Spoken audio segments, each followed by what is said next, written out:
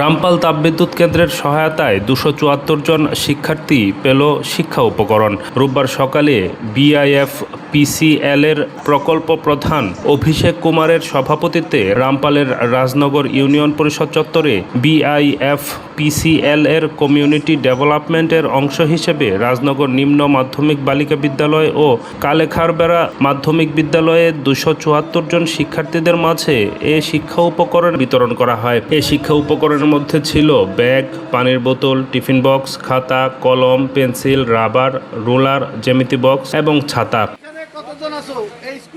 শিক্ষা উপকরণ বিতরণ অনুষ্ঠানের উদ্বোধন করেন বিআইএফপিসিএল এর ব্যবস্থাপনা পরিচালক রমানাথ পূজারী। এ সময় বিআইএফপিসিএল এর প্রধান মানব সম্পদ কর্মকর্তা আনোয়ারুল আজিম, সহকারী পুলিশ সুপার রেফাতুল ইসলাম, রাজনগর ইউনিয়ন পরিষদের চেয়ারম্যান মুসাম্মদ সুলতানা পারভিন সহ অন্যান্যরা উপস্থিত ছিলেন।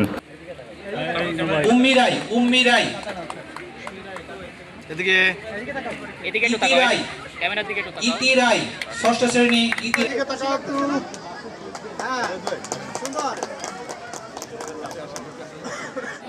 এদিক তাকান ভাই, আপনার এখানে প্রি প্রাইমারি আছে না?